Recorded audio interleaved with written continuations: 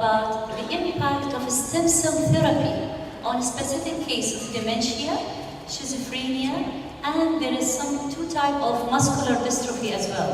So when we talk about mental health, it's more of neurological health as well, and psychiatrists. So if you cannot remember anything from my message, kindly remember to encourage your patients to preserve their stem cell. Stem cell, it is a new field of medicine where we can use those young cells to change and to try to modify themselves for specific cells which is needed in that particular place. And what gives us more confidence about this treatment, that it's not anymore only in the lab or in the clinical trials. Right now, we have 5 cases with a great success of diabetes mellitus, where their sclera was completely damaged. And right now, with injecting of a quite good amount of a stem cell, they are going back to revisualize and can see the whole world. And that dream, and this dream was not existing only 3 years ago. Right now, with these 5 cases, we can see a huge, bright future for all the illnesses. The only problem which we are facing with mental disorders, that this soft tissue, it is in that hard skull. So accessing it, it's not easy. And we have a blood-brain barrier itself, make it more difficult to reach there. But we believe that we will be able to do a lot if we have those small amount of stem cell somewhere preserved where we can help the sibling. Finally, if we talk about family history, it's not anymore the parents, not anymore the grandparents. It goes beyond that.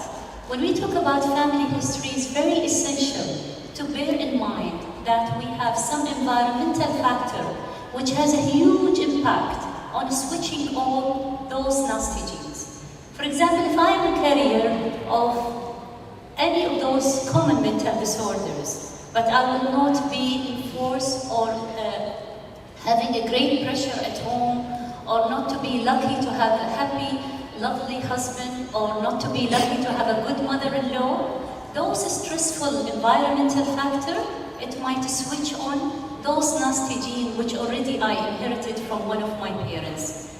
So the environmental factor play a huge role. And recently, when we studied the telomeres, the end part of the chromosome, we noticed a correlation between sleep hygiene and mental disorders. So after a stem cell, encouraging your patient to preserve their stem cell, you need to focus as a psychiatrist as well as mental health professional on sleep hygiene. Sleep play a huge impact on switching all those nasty genes. If our patient having really a good sleep hygiene, even if he has all those mutations, they might be silent till the end of the life of that patient. So I wish you all the best, and I would like you to spare some time to read more about genetics and genomic, and especially the environmental factor, which will play a huge role in managing your patient. Wish you all the best, and thank you once again for inviting me to be part of such distinguished event. Thank you very much.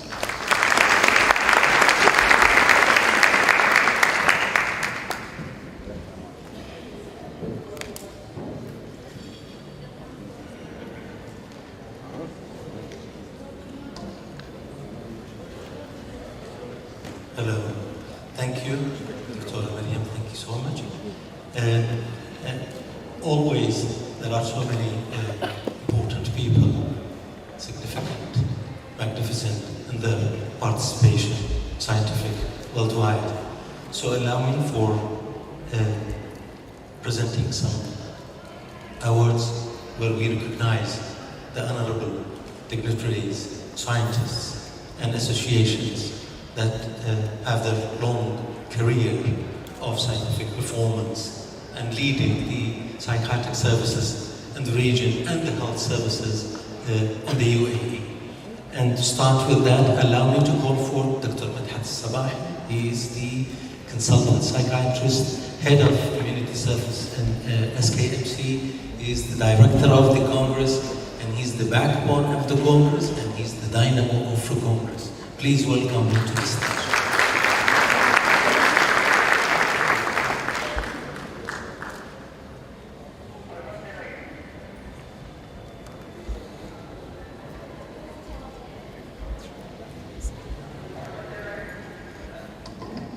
morning.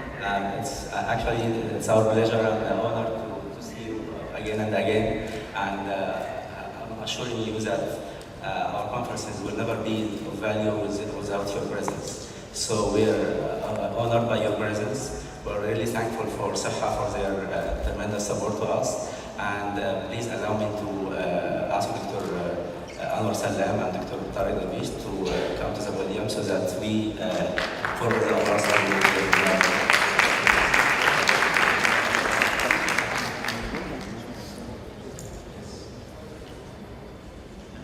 So allow me first to go for our professor, Professor Ahmed Okasha. Please welcome.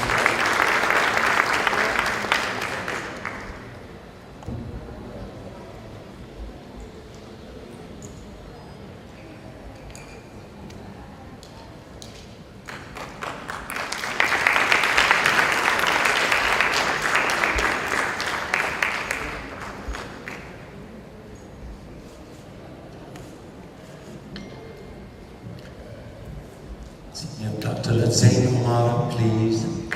Please welcome the president.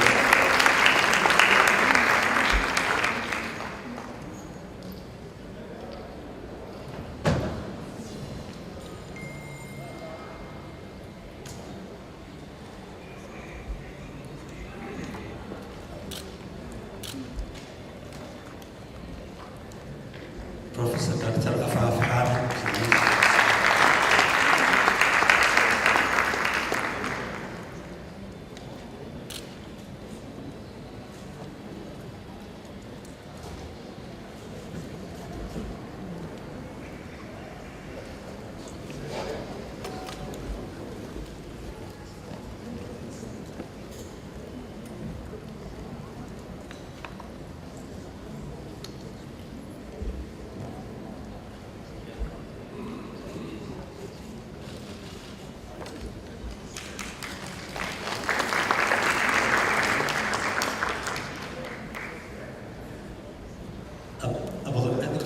please.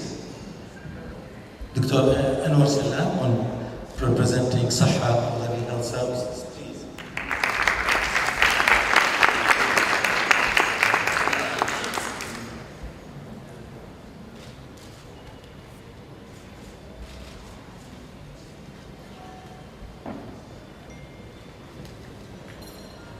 دكتورة منى الكواري مديرة إدارة التدريب بوزارة الصحة ودولة الإمارات.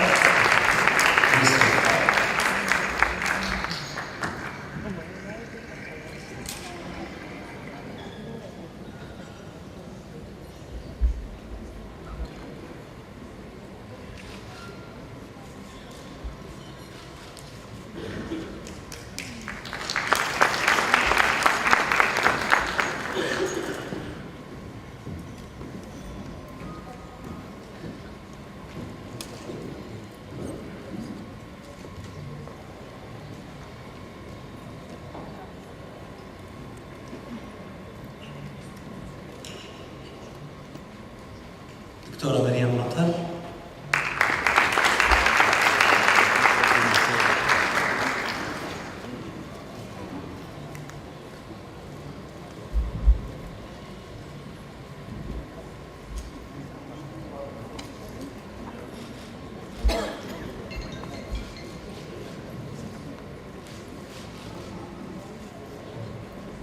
And for scientific societies and associations, representing Ancient University Institute of Psychiatry, Professor Dr.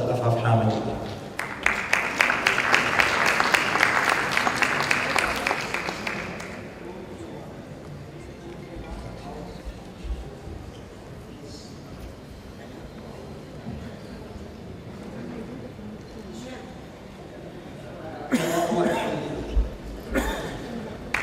Dr. Mumtaz Abdul Wahab, the Egyptian Association for Cognitive and Behavioral Therapy. الجمعية المصرية للطب النفسي. دكتور ممتاز عن الجمعية المصرية للطب النفسي Egyptian Association.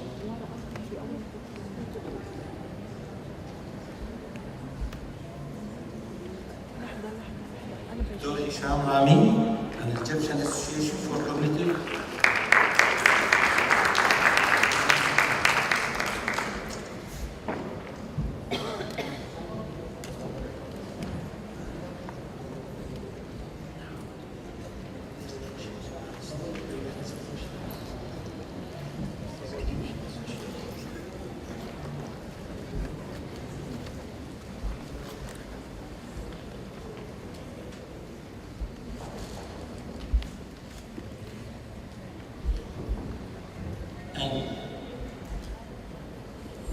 For the World Association of Psychosocial Rehab,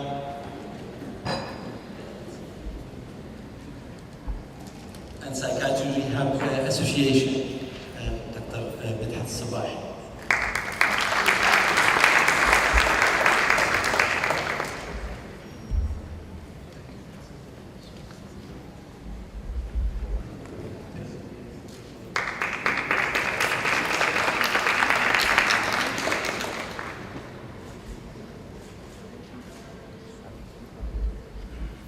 Thank you so much. Thank you.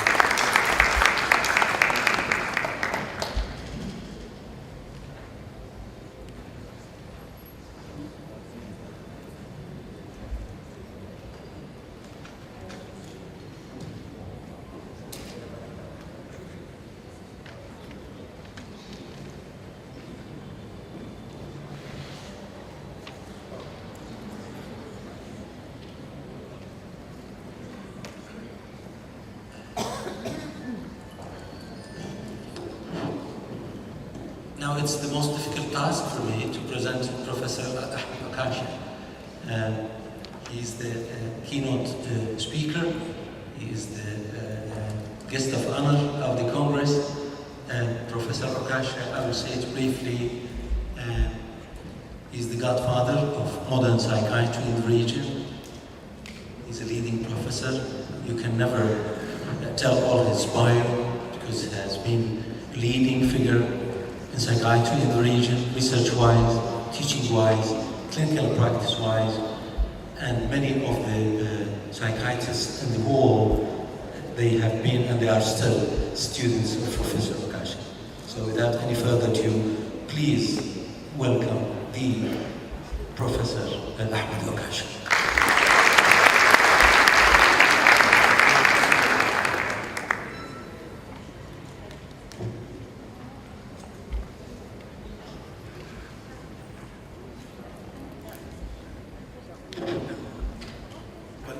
Special thanks to Dr. Ish, Dr. Medhat, and the distinguished guests. أول زي ما بنقول السيدات والسادة الإخوة الكرام والأبناء والبنات. I think Arab people are the only region in the world that they speak English in the lectures, although they speak Arabic at their place. I tried for the last 50 years to change this, but the medical and psychological community are very lazy because they cannot offer a lecture in Arabic. They are unable. Just have a look about the discovery of adult hippocampal neurogenesis therapeutic implications. Imagine it in Arabic. You see what I'm going to say? But for those who don't understand Arabic, all the slides are in English, but I'll try. Can you please hold? Just to arrange the It's okay. But if you have a look, neurogenesis. Genesis is موجود in the Bible, موجود في البايبل اللي هو خلق الإنسان. فبسميه ما أقدرش أسميه خلق، فسميته التكوين. الهيبوكامبس اسمه فرس البحر لأنه شكله زي فرس البحر. The hippocampus is located in the median surface of the temporal lobe. في السطح الأمسي من الفصل الصدري. لازم نتعلم يا جماعه. مش معقول ابدا ان احنا 350 مليون اللغه بتاعتهم فرنسيه وانجليزيه في اللغه العلميه. This is against الايدنتيتي، الهويه. الهويه هي اللغه، الهويه العربيه هي الارض واللغه. فيو don't have an Arabic identity, I'm sorry to say, scientifically speaking. فبنسميه زي ما انتم شايفين هذا الكلام.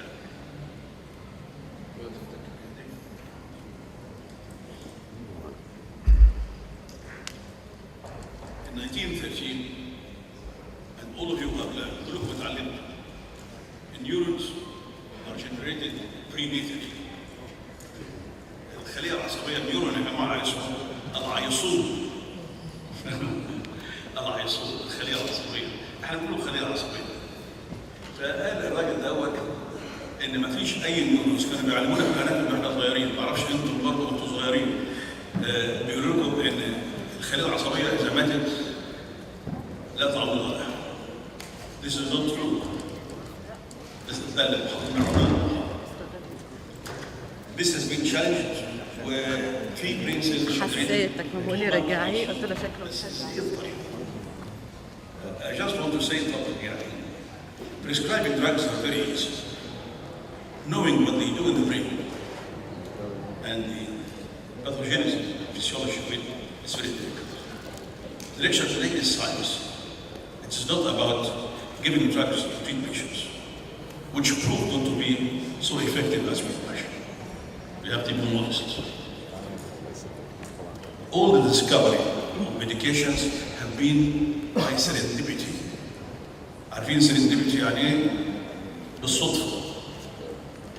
كل الأدوية بالصدفة. ما فيش أبدا دواء اتخلق علشان we know the organism or the pathogenesis of the brain. That's why the results are not very high. الدنتين جارس اللي هي بيسموها يعني الفص الأحمر. والسبتريفلز دول في المكان بتوع السيلز بتوع الهيبوكامبس اللي بيعملوا انتاج. في حاجه اسمها ستيم سيلز اند بريكيرسر سيلز، يعني خلايا جذعيه، ودول بيتخصصوا هيعملوا ايه؟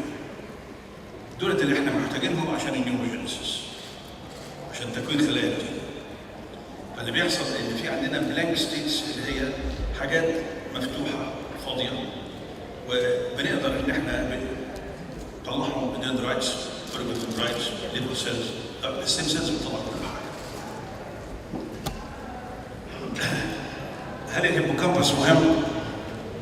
انا رايي ان اللي قاعدين كلهم اهم حاجه في حياتهم هو الهيبوكامبس. نمره واحد ليرنينج، نمره اثنين ميموري، نمره ثلاثه الايموشنز، نمرة 4 كوبينج والستريس. كل حضراتكم لان في ناس بره مش عايشين بالحاجات دي، مش محتاجين لليرنينج ولا ميموري ولا اي شيء، لكن حضراتكم كل اللي قاعدين هنا دي ليف وذ ذس. اذا قدرت تزود الخلايا دي لانها بتضمن ربع السن، ومش هقول لكم ادويه كلها ستايل اوف لايف. محاضره صعبه.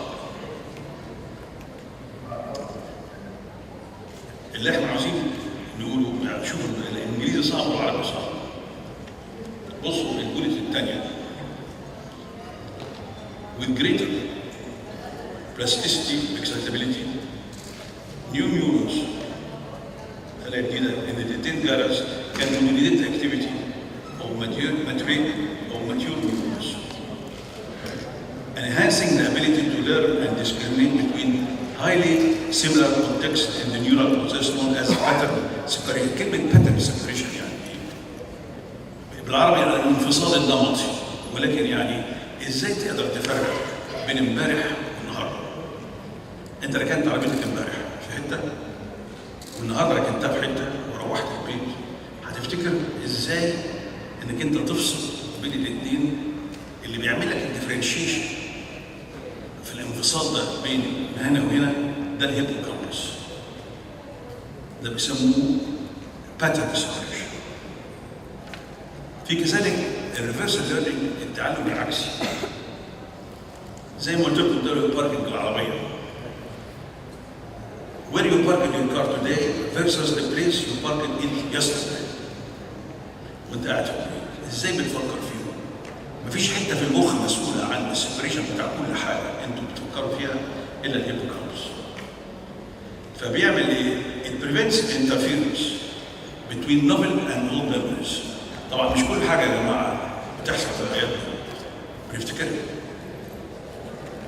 يعني انت بتعمل شورت ميموري تخليها لونج ميموري، دي فيها نوع من انواع التمييز،